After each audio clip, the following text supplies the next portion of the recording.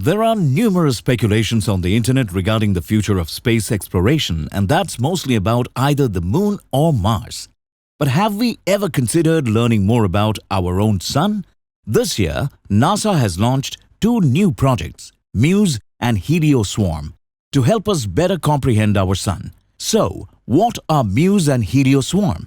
Hey folks, welcome back, and you are watching Skies TL. What are you guys waiting for?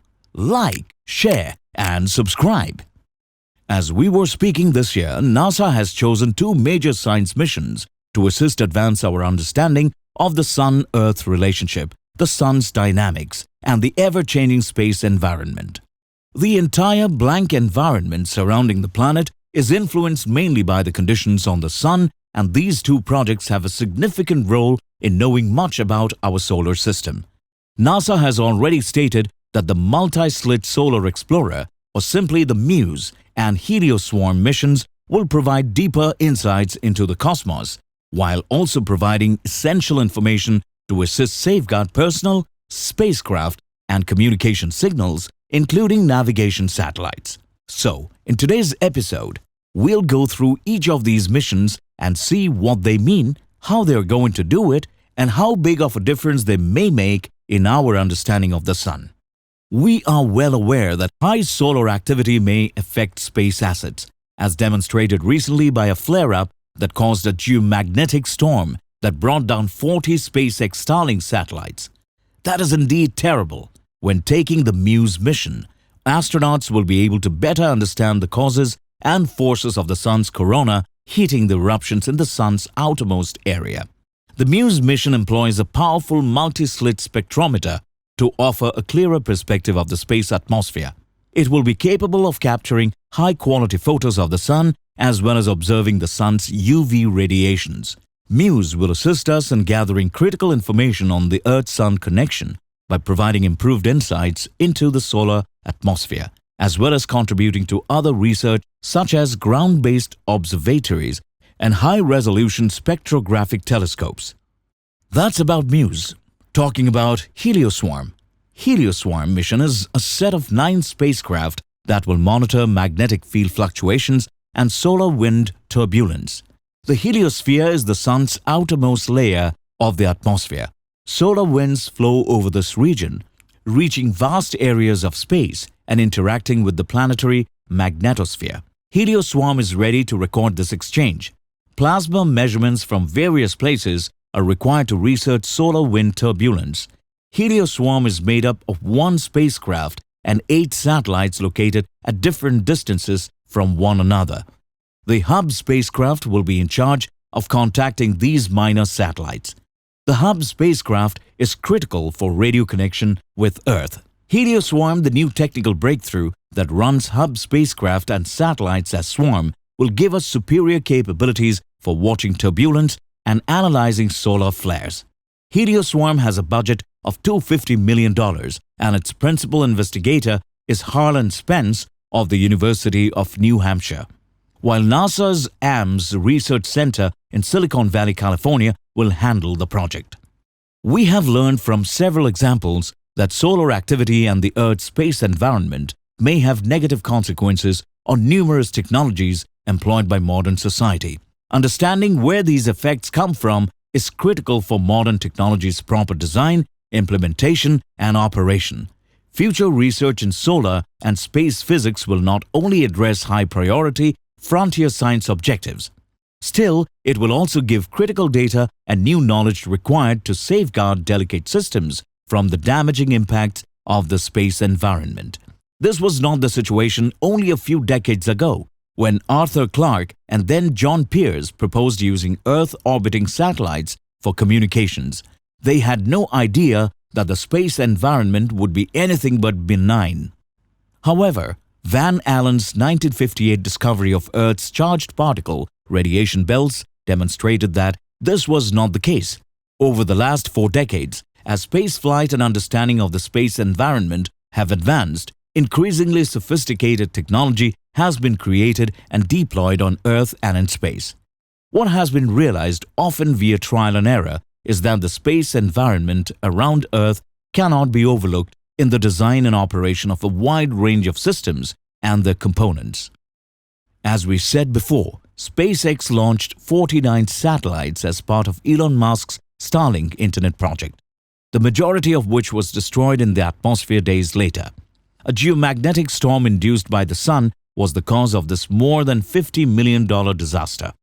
Geomagnetic storms happen when space weather collides with the Earth. The sun's oscillations send electrons, protons, and other particles into space, causing space weather.